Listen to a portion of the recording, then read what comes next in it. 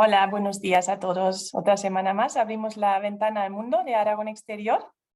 El tema de esta semana, bueno, a nivel informativo, mediático, está claro, es Argelia. Argelia decidió hace 2 días suspender el Tratado de Amistad, Buena Vecindad y Cooperación que tiene con España y además, poco después, los bancos argelinos recibieron la instrucción de suspender todas las operaciones, las domiciliaciones relacionadas con operaciones con España. Eso en la práctica es una congelación del comercio entre los dos países, exceptuando el gas que se sigue trayendo desde Argelia.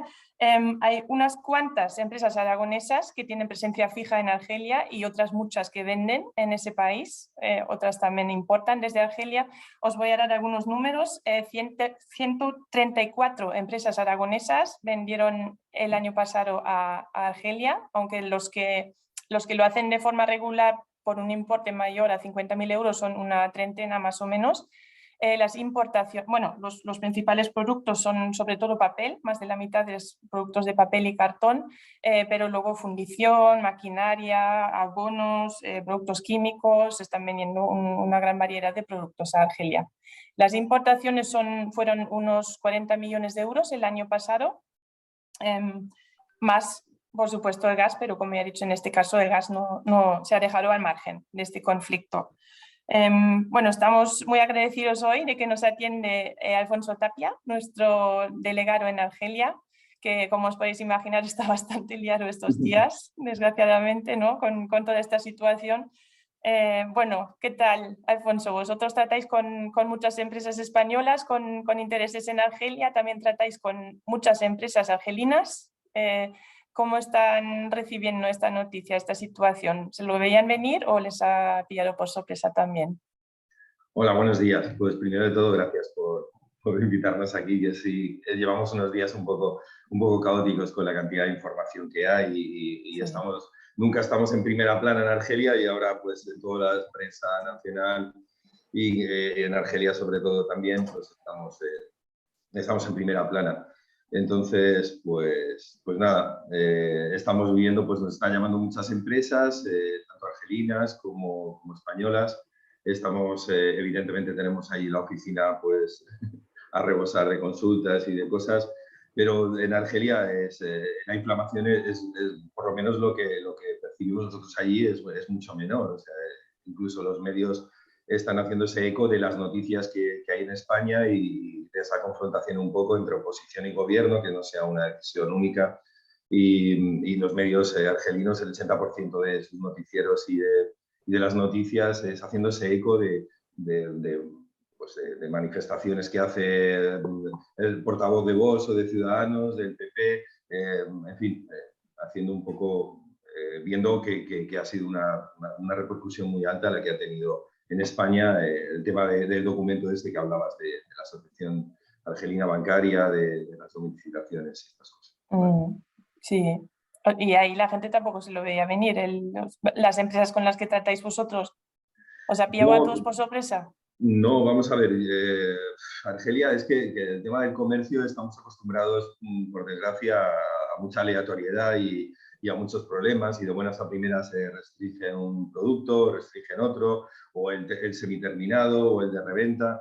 Entonces, tenemos armas o instrumentos siempre para este tipo de cosas que nos ocurren, que es un país, como sabemos todos, con mucho potencial, pero muy burocrático y con unas leyes que fluctúan o que cambian continuamente. Sí que preveían que Argelia iba a escenificar algún tipo de desacuerdo. Sentaron muy mal las declaraciones de Sánchez el otro día con el tema de que habló de que el acuerdo con Marruecos que iba muy bien y tal. Eso se repercutió en medios franceses, llegó allí y, en fin, y mucha gente le ha echado mucha gasolina al fuego y con eso se ha precipitado lo del tema de la ruptura, que no es una ruptura porque no se puede hacer de forma unilateral, el tema de la vecindad y de colaboración y de cooperación. Y luego lo que llegó en la noche antes de ayer fue el tema del papel de la asociación bancaria, que en Argelia lo que dicen es que no es un documento que lo emite directamente el Banco Central argelino, el membrete y el Banco Central Argelino lo conocemos todos, es el documento que todos o le tenemos pánico o nos encanta porque es el que autoriza el transfer de fondos, autoriza las domiciliaciones bancarias. Entonces es un documento que sale de una asociación, evidentemente las asociaciones en Argelia no son como aquí, tienen mucha presencia gubernamental, Bruselas le ha dado mucha importancia también a esto, pero ellos, repito, yo estoy hablando desde Argelia y desde Argelia les parece una repercusión muy alta el documento y a donde hemos llegado y están ellos más que nadie estamos esperando que se desinflame y que las cosas vuelvan un poco al sitio, ¿sabes? Porque ahora en la práctica, con este documento que ya has dicho que no viene del Banco Central, viene de la Asociación de Bancos y Entidades Financieras de Argelia, ¿no hay posibilidad de realizar pagos entre los dos países? ¿O hay ya vimos en el caso de Rusia que sí, que se les excluyó, pero luego había varios bancos que seguían participando en el sistema SWIFT? ¿En el caso de Argelia es un paro total o hay alguna forma No, yo creo que en absoluto. pagar? Vamos a ver la casuística en Argelia, cada uno tiene sus circunstancias. Tenemos un cliente que nos llamó ayer, que un poco llevado por la psicosis iba a hacer el tema transitario por Marsella. Hay gente que está... vamos a ver, tenemos que pensar que aquí hay un comprador y un vendedor, un importador. Entonces, el argelino, evidentemente, es una parte muy importante de esa compra que ha realizado. En Argelia todas las compras se hacen con domiciliación bancaria, son cartas de crédito irrevocable, bueno, todas, casi la gran mayoría del tema de las importaciones. Entonces, el argelino, igual que otras veces, pues tendrá que salvar el tema de aduanas, el tema de tal, es un problema para el importador. Ayer me llamaba un presidente de una asociación de importadores diciendo, perdona, que le daba un poco igual el Sáhara, le daba un poco igual la situación política, y lo que querían era trabajar igual que queremos todos.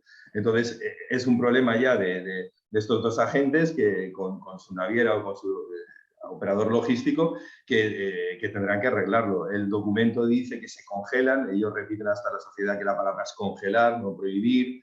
Desde este jueves, que evidentemente fue ayer, las domiciliaciones bancarias. Es un tema muy grueso y no se sostiene en la legislación y en los temas de comercio que hay actualmente con la Comunidad Económica Europea.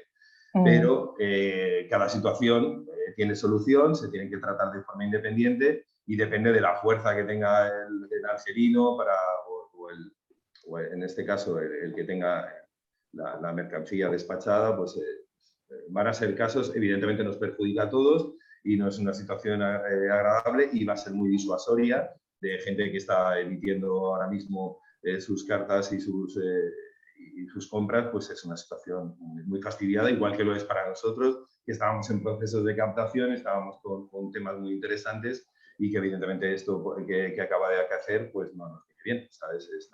Entendemos que se tiene que solucionar de una forma o de otra, no van a romper el comercio de España y de Argelia porque hay mucho trabajo hecho,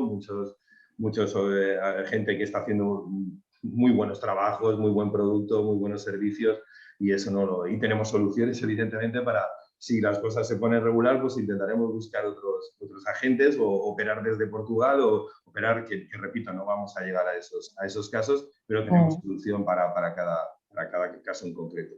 Sí. Claro, en este momento no se sabe cuánto va a durar esta situación, ¿no? España está recurriendo a la Unión Europea porque también hay un convenio entre los países de la Unión con Argelia que se llama el convenio Euromediterráneo, que se firmó en el 2005 y realmente las represalias que está tomando ahora Argelia van en contra, ¿no?, de lo acordado en ese convenio. Y España está confiando en la Unión Europea para meter presión a Argelia y de esa manera resolver la situación, ¿no? Parece. Claro, eso puede ir para muy largo, ¿no? Si se recurre al arbitraje del convenio. Yo creo que a donde esté la diplomacia, que es lo primero que ha dicho la Unión Europea, mejor que cualquier tipo de otra solución más gruesa. Los que se tienen que estar relamiendo ahora son los franceses, los portugueses, los italianos, que evidentemente estamos dejando ahí un hueco muy interesante para ellos, porque hay muchos productos que la decisión de compra se toma sobre todo de maquinaria, materiales de construcción, temas de agricultura, temas de tal, donde creo que en los últimos años teníamos mejores precios, mejor posicionamiento a nivel general, no se puede una mala noticia y una buena noticia para otros países de la Comunidad Económica Europea, porque evidentemente no tiene una argumentación pues, jurídica, pero repito, yo pienso que lo peor que podemos hacer es llevarlo por un contencioso, por tema jurídico, por tema de vamos a que no, es mi opinión, repito, es una opinión totalmente personal, porque las empresas van a seguir operando con sus proveedores, con sus acreedores, con sus agentes, con sus distribuidores, y eso nos perjudica y nos va a hacer aún más difícil o más tortuoso el camino para poder vender nuestros productos ahí. O sea, cuanto más dure esta situación, más se va a resentir o se van a resentir las relaciones comerciales entre España y Argelia, ¿no? Y más provecho van a sacar los vecinos que tengan productos parecidos a lo mejor a los españoles. Así es, así es. España es el quinto proveedor de Argelia y el tercer cliente de sus productos, entiendo que sobre todo de los hidrocarburos. Entre los dos países se mueven bastantes bienes. ¿Tú crees que Argelia puede prescindir así como así de España como socio comercial? No, vamos a ver, esta situación no le interesa a nadie, evidentemente ni a Argelia ni a España. Yo no sé decirte si el más perjudicado es Argelia o España, o el que tiene más orgullo o menos orgullo, pero es una situación que no nos viene bien, a nivel de empresas evidentemente y a nivel político tampoco. Dicho esto, pues no sé, habrá que esperar acontecimientos y ver las decisiones que se toman que están fuera de nuestra mano, pero no creo que, evidentemente, la pregunta que estamos echando, no podemos prescindir de ese comercio. Hay muchísimas ingenierías, muchísimas constructoras, incluso hay una política que se está empezando a instaurar en el norte de África que es muy interesante, de externalización de la producción, para no llevarnos la producción a países asiáticos, con las ventajas que tiene, en este caso Argelia, que es el país que yo conozco, por los costes tan baratos que tienen de mano de obra, de energía, de proximidad, de todo. Pues hay una serie de políticas que se estaban llevando a cabo con unas ayudas muy interesantes que creo que no son desdeñables ni para nosotros, con nuestro poder expansivo y la cantidad de industria y de empresas que tenemos interesantes, ni para ellos que necesitan inversión extranjera, que evidentemente pues la va a absorber Alemania, la va a absorber otro tipo de países que no estén en el foco del conflicto como estamos nosotros ahora. Me acuerdo, hablamos de Argelia contigo en este programa hace unas semanas, cuando justo un poco después de que se haya tomado la decisión por parte del gobierno español de reconocer la soberanía de Marruecos sobre el Sáhara Occidental. En ese momento el gobierno de Argelia ya había manifestado que no estaban de acuerdo con esa decisión, ¿no? Y sin embargo han esperado hasta ahora para tomar estas medidas que han tomado esta semana. ¿Cuál crees tú ha sido el detonante para que esto pasara ahora? Ya en su momento dijiste que era quizás más un tema de formas que de fondo para Argelia. ¿Por qué crees que esto ha pasado ahora?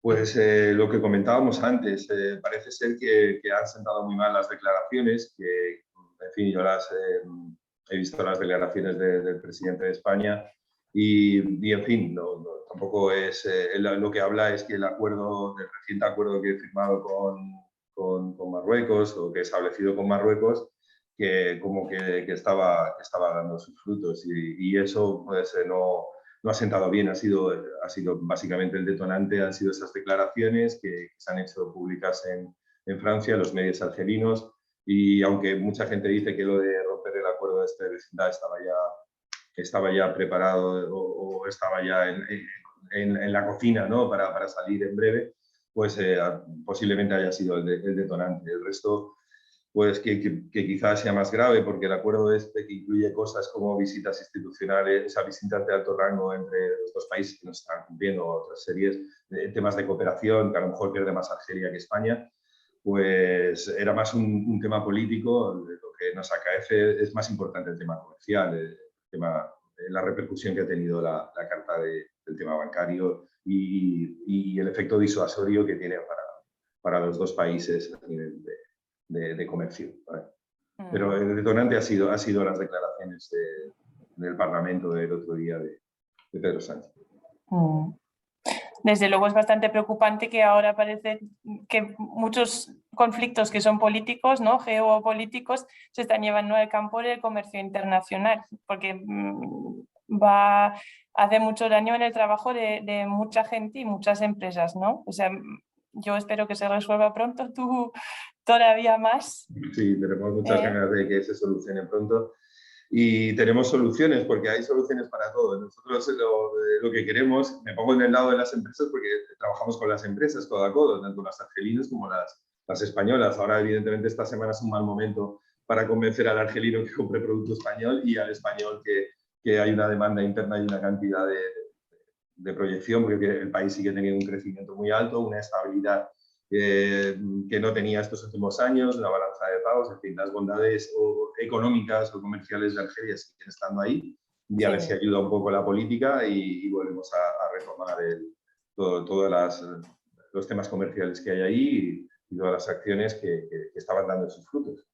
Sí, sobre todo en Aragón también tenemos muchas empresas que están operando y que esto les va a perjudicar en el corto plazo y esperemos que en el medio y largo plazo lo podamos solucionar. Sí, hicimos unas jornadas sobre Argelia hace menos de un mes, ¿no? Que te pasaste todo el día hablando con empresas aragonesas porque realmente había mucho Sí, fue un interés. éxito, sí. Tuvimos todos los 10 slots que habían programados para Argelia y con mucho interés con Argelia, con empresas además que conocen el mercado argelino, que con mucho conocimiento, que conocen el potencial, que sabían muchas cosas. Fue muy interesante para nuestra consultoría y entrevistarnos con las empresas aragonesas. De hecho, tenemos otras jornadas en breve, creo que es en octubre, y vimos mucho potencial para trabajar con las empresas que tenemos en Argelia, asociaciones, importadores, gente seria, que es más difícil encontrar en los países estos como Argelia o del Magreb, pero tenemos afortunadamente, después de muchos años allí, empresas serias, empresas potentes, empresas con unas licencias de importaciones muy grandes, que esperemos que esto no llegue al sitio o que lo sepamos esquivar como tantas veces hemos tenido que esquivarlo. ¿Vale? Pues sí, esperemos que se resuelva pronto y que podáis volver a vuestro trabajo. Muy bien. Que es lo que nos interesa a todos. Bueno, muchas gracias, Alfonso, por atendernos y espero que la próxima vez tengamos mejores noticias de Argelia. Eso espero. Muchísimas gracias. Ha sido un placer. A ti, hasta luego. Venga, hasta luego. Adiós. Cambiamos de tema ahora. Vamos a hablar de agentes comerciales. Una de las decisiones estratégicas más importantes cuando una empresa aborda un nuevo mercado internacional es cómo establecer su presencia, ¿no? en ese mercado. Hay empresas que trabajan en los mercados viajando desde España, hay gente que tiene distribuidores o que tengan incluso filiales propias, sucursales en destino, depende de cada país también. Y en muchos casos las empresas optan por contratar a un agente comercial comisionista. Es una figura muy establecida en muchos países y sobre todo en los países que son los principales socios comerciales de Aragón, por ejemplo, Alemania, Francia. Hay que elegir bien el agente comercial y también hay que evitar caer en unos errores que son comunes a la hora de hacer estos contratos con los agentes y en el trato diario también con ellos. Tenemos hoy con nosotros a Adolfo Fernández de la empresa Carexport. Ellos están especializados en la selección de agentes comerciales. Hola, Adolfo. Un placer, Catarina, ¿qué tal? Bienvenido. Bueno, ya hemos dicho, vosotros os dedicáis desde hace 17 años ya, ¿no? Me parece. Sí, desde 2005 estamos especializados en la selección de agentes comerciales. Así que ya bastante tiempo. ¿En qué países del mundo trabajáis? Básicamente estamos centrados en los mercados europeos. Los principales mercados, como bien has señalado, los que más interesan a las empresas tanto españolas como, bueno, en particular aragonesas, pues son Francia, Alemania, Italia, los países más cercanos, pero en principio trabajamos en toda Europa. ¿Y cuáles son, en tu opinión, las principales ventajas de contar con un agente comercial frente a otras formas de representación comercial? Bueno, yo creo que básicamente son dos. La primera, los agentes comerciales te aportan un acceso al mercado muy directo. Ellos ya están trabajando allí, tienen experiencia, tienen los contactos, de tal manera que es mucho más sencillo empezar a trabajar un mercado. Y aparte cuentas, evidentemente, con la credibilidad, los conocimientos, la experiencia de una persona que ya está vendiendo a sus potenciales clientes, con lo cual el acceso es mucho más rápido. Y después hay unas ventajas económicas claras. Normalmente los agentes comerciales se vincula su remuneración a una comisión. Eso significa que los costes, la inversión inicial es baja, hay un menor riesgo económico y después es mucho más simple la contratación. A lo mejor establecer una sede en un país ajeno o incluso contratar un asalariado es bastante complejo administrativamente y, sin embargo, contratar a un agente comercial es mucho más sencillo y más simple. Más flexible, ¿no? Así a primera vista. Y sin embargo, no es un modelo que sea recomendable para todo tipo de empresas ni para todo tipo de productos, ¿no? ¿En qué casos vosotros decís que mejor no? Bueno, en general es una figura que sirve para casi todos los casos, pero sí que es cierto que hay determinados productos o servicios que no es la mejor figura. Por ejemplo, hay productos que necesitan un servicio técnico, in situ o postventa muy específico. En estos casos probablemente contar con un distribuidor sea una solución más lógica que con un agente comercial, que después el seguimiento es bastante más errático. Después hay otro tipo de, por ejemplo, servicios que son a medida o productos que son a medida, que requieren una colaboración muy estrecha con la empresa y que probablemente en esos casos lo mejor es que sea el responsable técnico del proyecto el que se encargue de la labor comercial también. También hay otro tipo de, pero esto es más por sector quizás que por concreto por la empresa. Hay sectores en los que los márgenes son escasos. Sí. Y a veces, si no hay una rotación suficiente, el agente comercial pues, no es una figura coherente porque al final tiene que ser una operación rentable para todos. Así, respecto al tipo de empresa, sí que es cierto que las empresas tienen que tener claro que un agente comercial es una colaboración a largo plazo. Si se busca una operación puntual o tipo asistir a una feria, un momento de demanda o de oferta muy peculiar al que sacar provecho, el agente comercial no es la mejor figura. Y sí, después bueno, hay que tener claro que, por ejemplo, en mercados que no sean claves para la empresa, pues a lo mejor un distribuidor es mejor.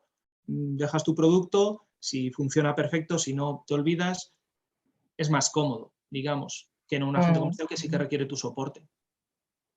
Vosotros ya después de todos estos años que lleváis trabajando conoceréis a muchísimos agentes, ¿no? Tendréis una base de contactos bastante importante, imagino. Sí, claro. Aparte por nuestra forma de trabajar, no contactamos con los agentes aleatoriamente, sino que estudiamos bastante qué propuesta facilitamos a cada uno de los agentes. Y una vez que le facilitamos una propuesta, tenemos un contacto directo con él para ver su opinión, le interese o no le interese, y para conocer un poco mejor a la gente. De tal manera que tenemos un conocimiento bastante profundo de una base de datos ya pues, bastante grande gracias a los años que llevamos trabajando y a nuestra especialización, claro. La figura del agente no es igual en todos los países, ¿no? Siempre hay diferencias que hay que tener en cuenta. El agente que puedo contratar en Francia no es igual que el que hay en Alemania, ¿no? Sí, en principio la legislación europea es común, la forma de trabajar es bastante similar en todos los mercados, pero sí que es cierto que cada uno tiene su idiosincrasia y sus particularidades. Por ejemplo, en Alemania es fácil encontrar agencias comerciales, es decir, agentes que se agrupan para colaborar conjuntamente. Eso en otros países es muy, muy raro. O, Que por pueden ser ejemplo, los empresas países... bastante grandes, ¿no? Con Sí, bastantes sí. empleados, sí. Sí, por ejemplo, los países nórdicos exigen mucha más comisión. Son países muy grandes, con poca población y al final los costes suelen ser mayores. Así que no es compatible, por ejemplo, aunque la labor sea la misma, una comisión que podemos aceptar en España o incluso en Francia o en Alemania con los países nórdicos. En Francia, por ejemplo, pues hay peculiaridades legales que son un poco distintivas, que hay que tener cuidado a la hora de contactar con agentes comerciales. Bueno, cada país tiene un poco sus diferencias, aunque a la hora de trabajar sea igual, sí que es cierto que a la hora de seleccionar no es igual. Sí, hay un momento que es muy importante tenerlo previsto, ¿no? Que si a lo mejor en algún momento se rompe esa relación con el agente, porque claro, el agente tiene una cartera, tiene contactos importantes entre nuestras empresas objetivo, ahí es muy importante, ¿no? Dejar por escrito qué va a pasar, ¿no? Si se rompe esa relación. Claro, siempre que se contrata un agente comercial es importante tener un acuerdo. Yo recomiendo enormemente que sea por escrito con el agente para detallar todo este tipo de cosas. No solo la relación, sino qué va a pasar cuando se deje de colaborar. Una cosa que preocupa, por ejemplo, mucho a las empresas es qué pasa si un agente no me vende, no me funciona en los primeros meses. eso no es problema, simplemente se rompe la relación y ya está. El problema es que si un agente nos ha funcionado durante años, ¿qué pasa con la cartera? Evidentemente también hay que mirarlo desde otro punto de vista. Si has tenido un agente trabajando durante muchos años y te ha facilitado su cartera, pues yo creo que llegar a un acuerdo o anticipar el acuerdo en un contrato es la manera óptima de solucionar la ruptura de una relación. Porque de entrar a esa cartera en muchos países es del propio agente, ¿no? No es de la empresa. Sí, las carteras por definición de los agentes son de los agentes. Es decir, aunque la facturación sea de la empresa, la cartera que aporta un agente es del agente. Entonces, a la hora de finiquitar la relación o determinar la relación, hay que tener en cuenta que al final es una cartera que ha aportado el agente a la empresa. La empresa puede contactar directamente con esos agentes, perdón, con esos clientes que ha aportado el agente, sí, pero es importante establecer cómo, si hay una contraprestación al agente cuando deje de colaborar, o si es mejor dejar esa cartera para la gente y buscarse por otro lado los clientes. Claro, eso será, habrá que ir decidiéndolo en cada caso, ¿no? Sí. ¿Y cuál es, desde tu experiencia, el error más recurrente que cometen las empresas a la hora de contratar o de trabajar con agentes? Porque claro, en el día a día de la colaboración también hay formas muy diferentes de gestionarlo, ¿no? Sí, yo creo que desde nuestra experiencia hay dos errores muy habituales. El primero es, hay empresas que tratan al agente comercial como un asalariado. Quieren que haga lo que ellos le digan, quieren que trabajen con su forma de trabajo, quieren establecerle unas rutinas, y esa no es la manera de colaborar con un agente comercial. Un agente comercial es una persona independiente que gestiona su propio trabajo y que evidentemente su trabajo va a ser promocionar y vender tus productos, pero no adaptarse a tu forma de trabajo. O sea, tienes que tener la mentalidad de que estás contratando un socio comercial que te va a representar y no un asalariado al que puedes ordenar qué hacer o cómo hacerlo. Tienes que darle como un anticipo de confianza, ¿no? Para empezar. Exactamente, exactamente. Al final tienes que tener en cuenta que estás hablando con un profesional que ya está trabajando donde tú quieres poner a la gente. Entonces, él sabe exactamente lo que hay que hacer. No voy a decir que mejor que tú, pero probablemente tenga conocimientos suficientes para hacer el trabajo muy bien, porque lo está haciendo, de hecho.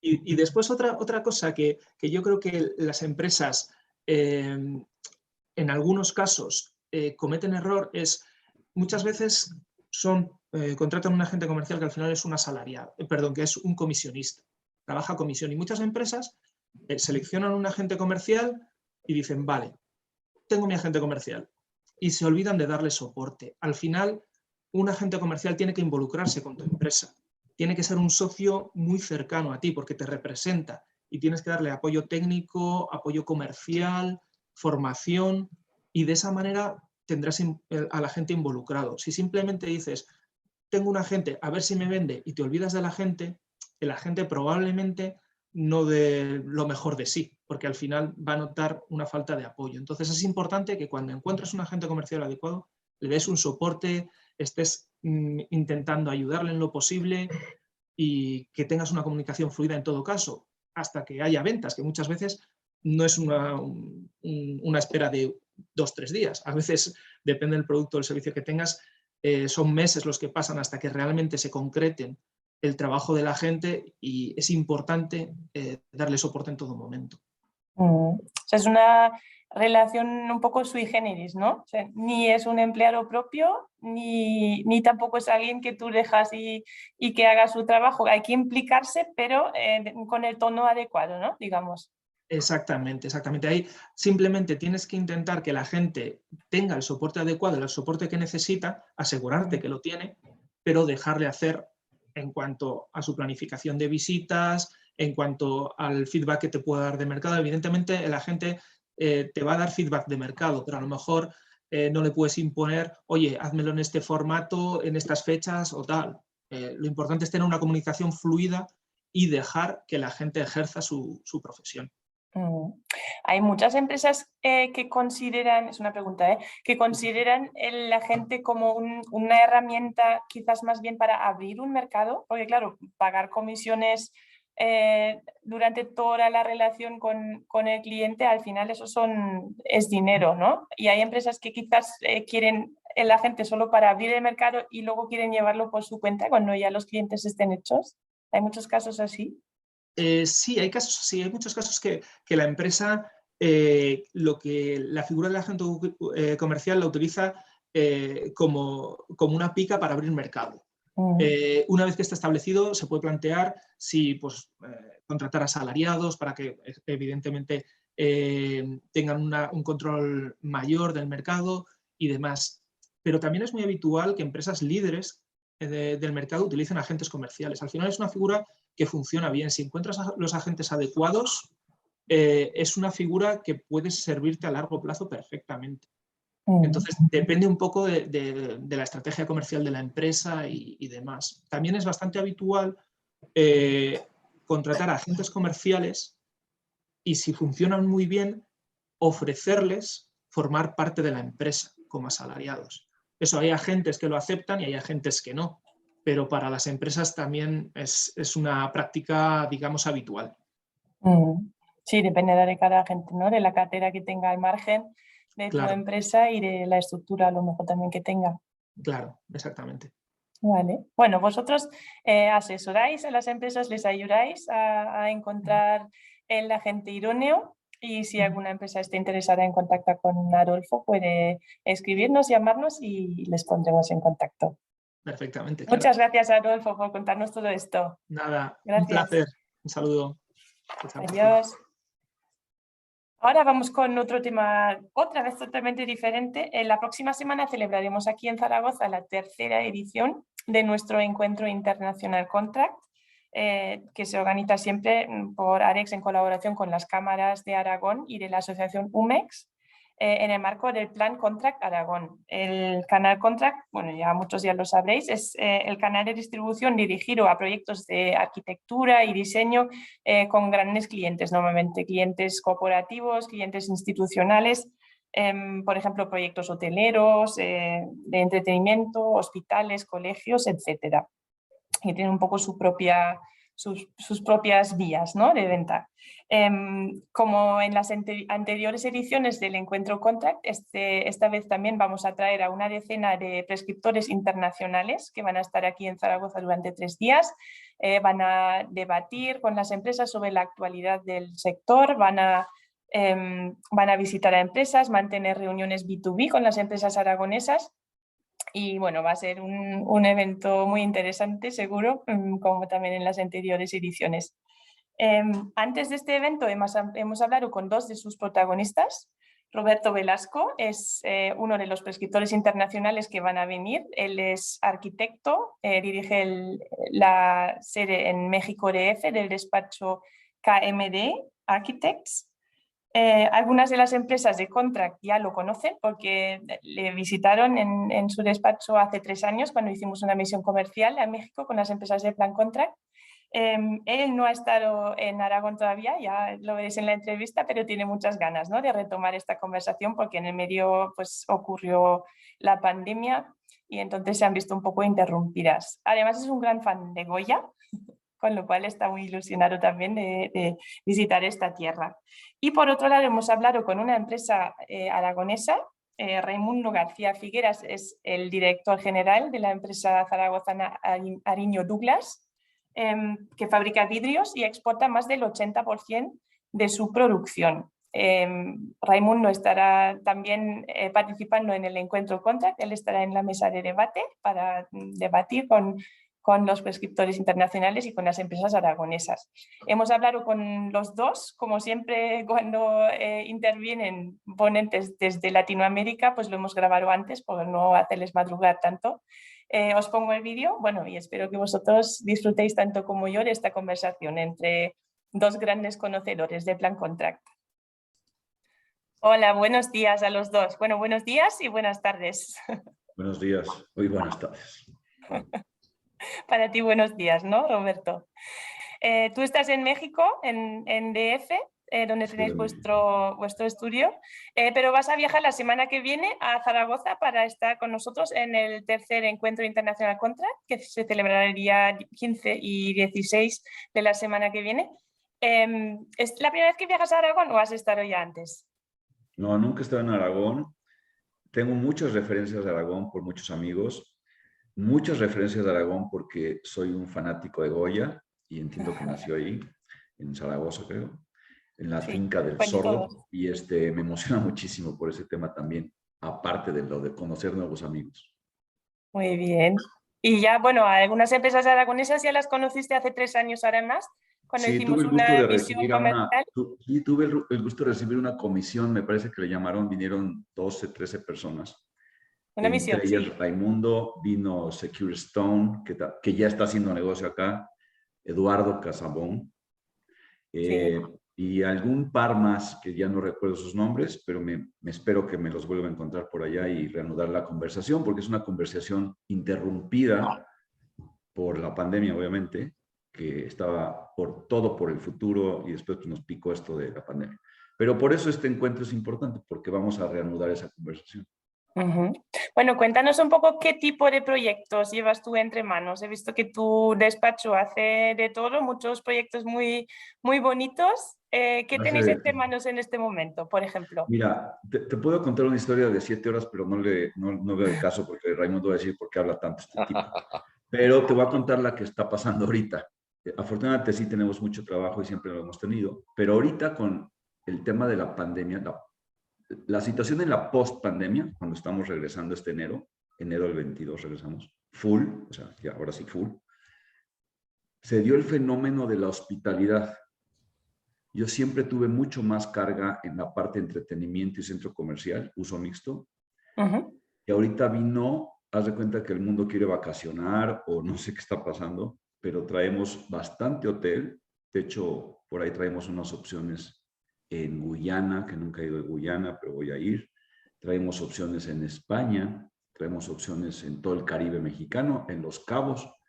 Es decir, nosotros siempre manejamos unos 20-25% de hospitalidad en los proyectos. Ahorita estamos como en el 70% de la carga de trabajo viene por hotelería. Ujú. Ahorita. Y obviamente aparte hacemos residencial en torre vertical, hacemos mucho residencial. Eso no pasa nada porque la pandemia o no pandemia, la gente se casa y la gente se independiza y quiere vivir sola. Entonces hacemos los huevitos de 65 metros, 75 y estamos haciendo muchísimos. Ujú. Entonces eso, gracias a Dios, siguió sin alteración. Y tú trabajas mucho con proveedores españoles, ¿no? Específicamente. Específicamente sí, porque pasaron dos fenómenos. Uno, que empezamos a ser amigos con la globalidad. Y España se puso, y yo admiro muchísimo porque no sé si mi país tiene eso, yo no creo que lo tenga. O si no lo tiene, no lo conozco porque no me toca a mí exportar nada.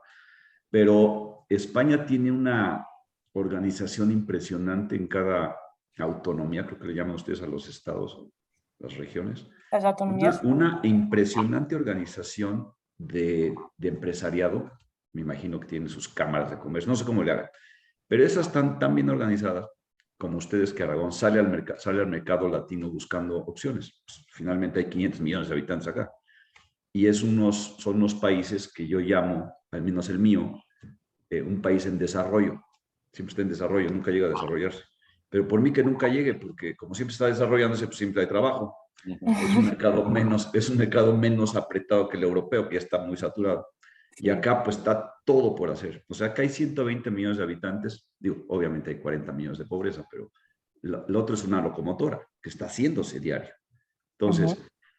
cuando fui a España por la globalidad y por David Cámara, que fue el primero que me llevó, vi que había un producto espectacular, espectacular, con respecto al producto americano, y digo con mucho respeto al producto americano, porque aparte mi oficina está en Estados Unidos, pero el producto americano está muy estándar, es algo muy visto, lo tenemos aquí al lado, somos vecinos, casi somos primos, pero el diseño europeo, vamos a llamarlo europeo, la marca España, la marca Italia, la marca alemana, es algo que está llamando la atención. Y lo que sucedió fue que entre el euro y el dólar ahorita hay nada de diferencia. Ahorita creo que es 1.1 o 1.7, 1.17, o sea, Entonces, un empresario mexicano, un inversor mexicano, un agente de negocio mexicano dice, oye, pues ya por los 25 centavos más, ve qué diseño traen. O sea, sí, tráetelo. Y empezó a funcionar, no sabes cuánto. Yo empecé a estar ya en España a nivel negocio desde el 2013, me parece. Era un negociazo. O sea, yo salía muy contento, mi cliente salía muy contento, el español que lo proveía salía muy contento, hasta que llegó esta cosa de la pandemia, que nos atoró en el transporte. Entonces, se fue de precio y ya no había que 8 semanas. Era a ver cuándo te lo doy. Y entonces ya empezó los problemas severos. Ahorita estamos saliendo de eso. Entonces no creo que estemos fuera. Sigue el problema. No sé para cuánto dure esto del transporte. Ahorita Raimundo lo dirá. Pero pues algún día pasará. O sea, y volveremos a tener este comercio tan fluido que ya existía. Y en cuanto a diseño, ¿también es más puntero o más creativo, o tiene más oferta el mercado europeo y en concreto el mercado español? Sí, cuesta muchísimo trabajo porque es como si yo llego a España mañana, no sé a dónde dirigirme, no sé qué hacer. Todos los chicos españoles, las chicas españolas que vienen con sus productos o que yo conozco en estas reuniones, pues tienen productos fantásticos, en buen precio, pero dicen, ¿y ahora cómo entro? O sea, ¿dónde está la llave mágica?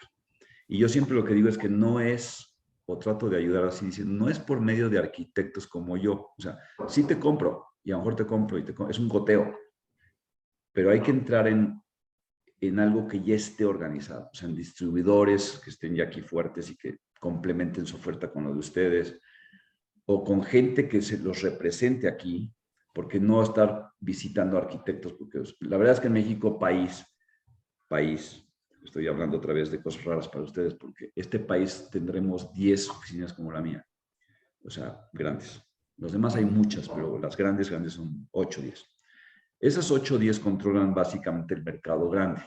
Entonces, si tú visitas a los 8 o 10, pues igual haces negocio. Pero hay un gran problema para los españoles y para los mexicanos. Yo especifico, no, ustedes dicen yo prescribo. Aquí es como ser médico el que prescribe, pero sí, entiendo que es especificar. Yo prescribo 1 año antes o 2 de que sea la negociación, porque mi proyecto va a tener un proceso. Acá la desgracia viene cuando llega el que llamamos Project Manager, que su misión en la vida es recortar todo para agradar al cliente, al dueño. Oye, mira, yo te bajé 3 millones de euros sobre 100. Soy una estrella de cine. Sí, pero le pusiste puras cosas chinas. O sea, yo también le bajo el precio así. En fin, entonces, ¿qué pasa con el proveedor español? Que tiene que pasar mucho tiempo y después defenderla y no necesariamente llegar a ser concretable esta especificación de hace 2 años. Entonces, tú estás en Madrid, tú estás en Zaragoza, tú estás en Cataluña y dicen, oye, pues, ¿qué ha pasado? Perdí el contacto. Entonces, a mí se me hace de héroes los que llegan a venir y concretar. No todos concretan, pero el que concreta no se la acaba. Te puedo dar ejemplos de gente de Galicia que ya puso plantas aquí en Querétaro del mercado que encontró.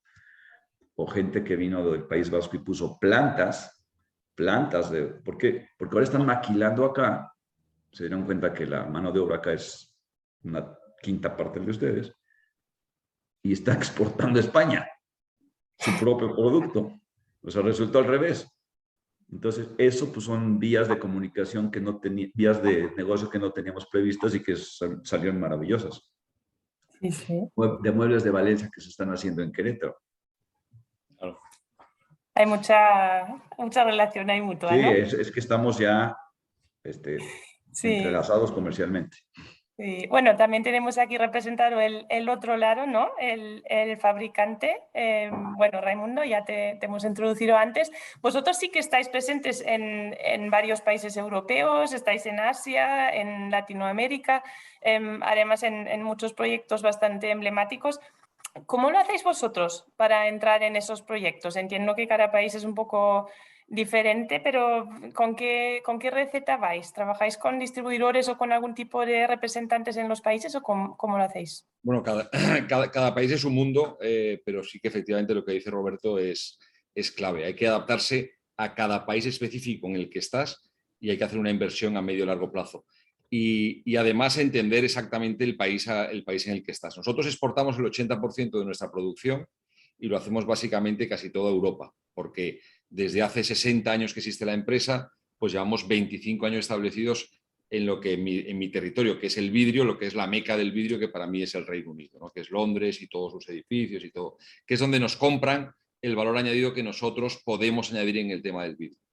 Pero bueno, nuestro modelo es ese, pero efectivamente para ir a Latinoamérica, ahora nosotros estamos haciendo alguna cosa en Ottawa, en Canadá, también con vidrio, siempre buscando el valor añadido. Pero para eso, como bien ha dicho Roberto, hay que conocer cada país. Y México, que efectivamente es un país con centenares de millones de consumidores, lo que es cierto también es que tiene una capacidad productiva enorme. Nosotros hacemos vidrio, pero en México hay 25 empresas que hacen mejor el vidrio que nosotros. Entonces, hay que tener muy claro que el mercado en el que estás yendo es un mercado que ya que produce, y lo que no le llega desde allí, pues le llega de Estados Unidos, y no le puede llegar desde Colombia, que también hay grandes productores de vidrio en Colombia. Pero también hay que saber tener paciencia y perseverar para encontrar tu nicho. Y es verdad que en España, como ha comentado Roberto, pues hay empresas que entendemos que tenemos un nicho de mercado que bien puede ir por el diseño, por un valor añadido, que hay que saber encontrar el valor añadido en cada una de las cuestiones. Y aquí yo hago una reflexión sobre precisamente lo que nos convoca a todos, que es el canal Contract. Lo único que sí que es seguro, que estas fórmulas que estamos utilizando en España por las autonomías que comentaba Roberto, en el caso de Aragón es magnífica. Yo estuve en México hace 2 años y os aseguro, hace ya 3, ¿no? Fue antes de la pandemia. Sí. Estuvimos en México hace 3 años y es sorprendente el nivel que te permite una pequeña región española como es Aragón, de estar al nivelazo que estuvimos en México con Roberto, pero también con Arditi, pero también con Fernando Hernández de HEG, con Sordo Madaleno. Es espectacular, es primerísimos espadas de todo lo que están haciendo, y fuimos y tuvieron la generosidad inmensa los compañeros mexicanos de recibirnos para que cada uno de nosotros pudiéramos, bueno, pues primero entender un poco lo que es el mercado. El impulso que eso da, entiendo porque en España tenemos esa organización que ha reconocido Roberto y que creo que es justo reconocerla, eso hace que te facilite mucho el camino, sobre todo desde el punto de vista realista, no desde un punto de vista que, como bien ha dicho Roberto, no es una cuestión de pegar una vez y desde aquí seguir gestionando todo y todo eso, sino todo lo contrario. Inversiones a medio y largo plazo, siendo muy consciente de dónde está tu valor añadido, dónde puedes otorgar tu valor añadido, siendo muy humilde a los sitios donde estamos yendo y siendo muy realista con la realidad de cada uno de los países.